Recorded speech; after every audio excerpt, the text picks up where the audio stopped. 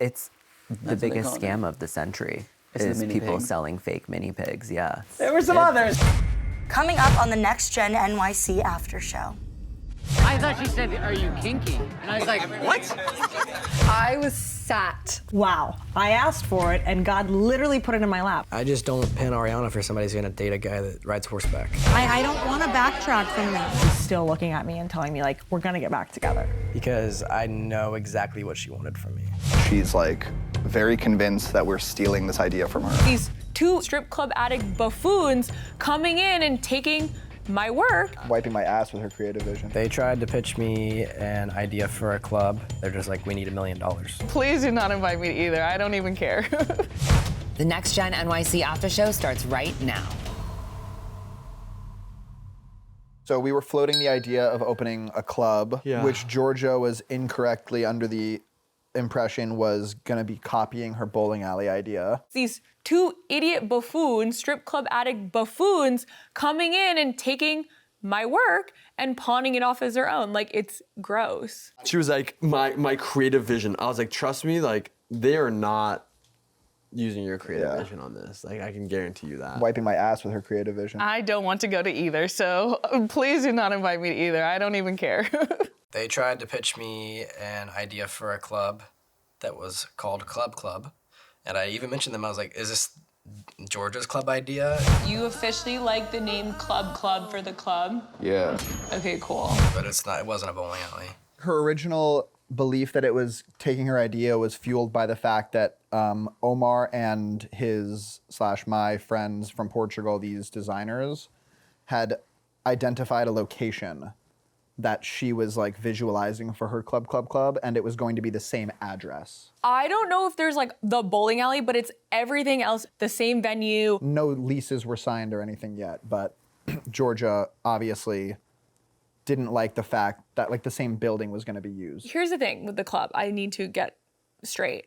The bowling alley is like the cherry on top, if that makes sense. Like the club, there's so much I did design, creative, like conceptually, besides like a bowling alley. It's like the bottom floor club, the middle floor restaurant, the top floor members club. The top floor members club was basically gonna be not paid, hand-picked by me, and you get like a card and you get like 50% off drinks, so it really creates a consistent community. I was in Italy with my parents, and my friend is like, I need to tell you something. They're doing your club. It's your idea. It's 3 floors. The top floor is the members club. We pivoted away from the original idea we had, which was like a club members lounge, which is so overly diluted these days. It's like not worth it. Those were my creative ideas, but like he paid for the renders. The irony is, even if we were to go directly down the path that she thinks we were, even still the intellectual property was owned by Omar's friends in Portugal, these like designers, not her. So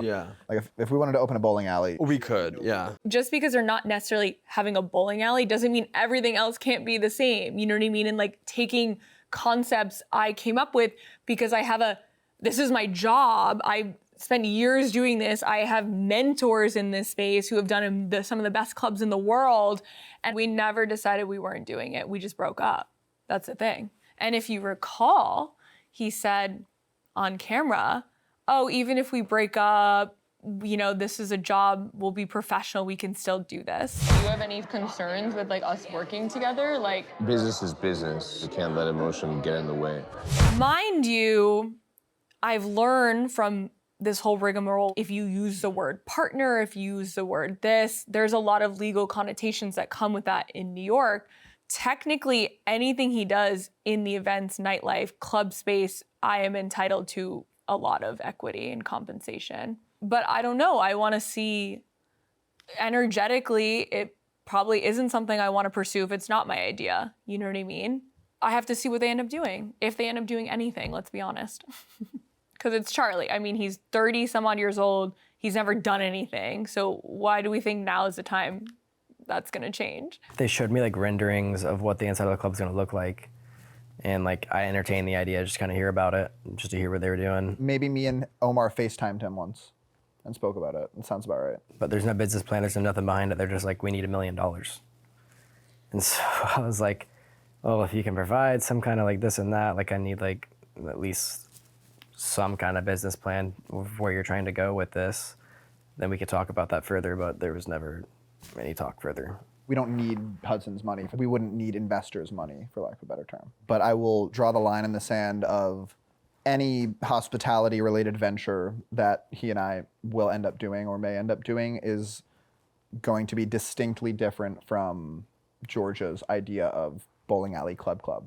I don't know what we're gonna do or when we're gonna do it, but it's not gonna be anything that Georgia spoke about. I just have a question. With the bowling club idea, when you entered, did you get your bowling shoes, or was it only when you wanted to bowl that you put on bowling shoes? Because if you think about it, when you're bowling, that's a slippery floor. You don't want to be clubbing on the bowling floor. Yeah. That's just safety concern. That's the fireman in me. Yeah, so like I was gonna have the bar also be like the shoe place. So it'd be like you get drinks the same place you get your shoes. And also only the top floor would have been the bowling alley. But I do think bowling shoes are cute.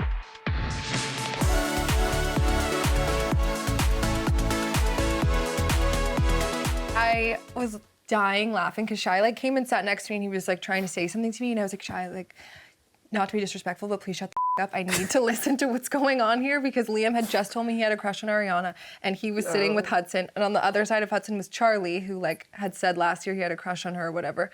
So I was sat. I was like, hey, like, look, Ariana and I just broke up. Like, just out of respect, I could appreciate if you kind of don't come near Ariana, please. I am gonna go into some boundaries. Yeah, bro, like, I'm not trying to. Dude, I am not trying to step on your toes or do any of that. Bro, I'm not a dick, dude. Like, that's not who I am. Kind of just creating like a small boundary in a way, which I think was disrespected. I can't believe I missed this interaction. Yeah, I was so shocked that it was happening. We're probably gonna get back together, so if you do this, just know you're gonna end up not with her. Like, I get that, but I don't think it was necessary at the time. The fact that he came up to you and was so assertive like that is shocking to me. But I mean... Assertive, I wouldn't necessarily say, but opinionated, yeah. I broke up with Hudson for not having drive or not wanting to do anything for himself. He does everything in the book. The man's a firefighter, he's an actor, he's a handyman, he's a ski instructor. He does everything that I'm sitting there like, I just don't pin Ariana for somebody who's gonna date a guy that rides horseback. wow, I asked for it and God literally put it in my lap. Like, this is literally what I'm looking for, is somebody who has things they're passionate about and something that is independent to them. It's crazy. I saw his Instagram like once or twice and I was just like, there's no way that no. Like, he's like, no, don't you dare. Don't you try. And if I can put my foot down here, I will. And I guess he put his foot down with Charlie. Yeah, like, now you want to say something? I know she would never scoop that low to date Charlie. I think he's like height-wise. Like, height-wise, I'm crying. Yeah. How tall is Liam? He's got to be like 5'1". Wait, no, sorry. What? I don't know. I'm tall as everyone's like 5'1" to me. I have one too. Not yay big. Yeah, I love him yay big. Apparently, it's my thing. Yay big or convicted. It would be different if he had said it to like Charlie or Shai or like someone he knew, but like just a brand new person. He's like, don't mess with her. Like, you kind of don't have the ground to stand on. I'm sorry. Yeah. I mean, she's Ariana. It's all eyes on her always. Definitely doesn't make me the happiest, but what am I supposed to do?